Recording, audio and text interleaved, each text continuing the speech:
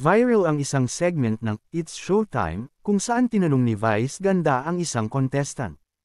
Pagbasa niya ng cue cards ay kunwaring noindang siya.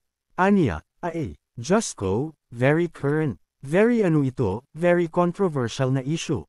Lately, I have been reading about this issue. Gayunpaman, nagpatuloy siya sa kanyang hirit. Tanong niya, ano ang gagawin mo kung nagpa-matching tattoo ang boyfriend mo at yung girl best friend niya? Yung boyfriend mo may girl best friend, tapos nagulat ka na lang, gumising ka isang araw nagpa-matching tattoo sila. Umani naman ng tawanan sa audience ang kanyang pang-uurot. Almost 500,000 views din ang nahamig ng nasabing video. Samot-saring reaksyon din ang nakuha ng kanyang pakuwela sa netizens.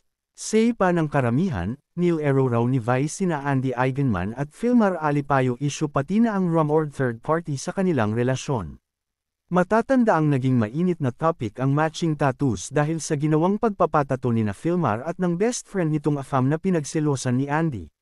Naging viral din ang emote ni Andy sa IG na, "She didn't honor my side by choosing to celebrate her and my husband's love for each other because the day after our fight, she inserted herself in the situation by encouraging him to go for a spontaneous love couple tattoo together."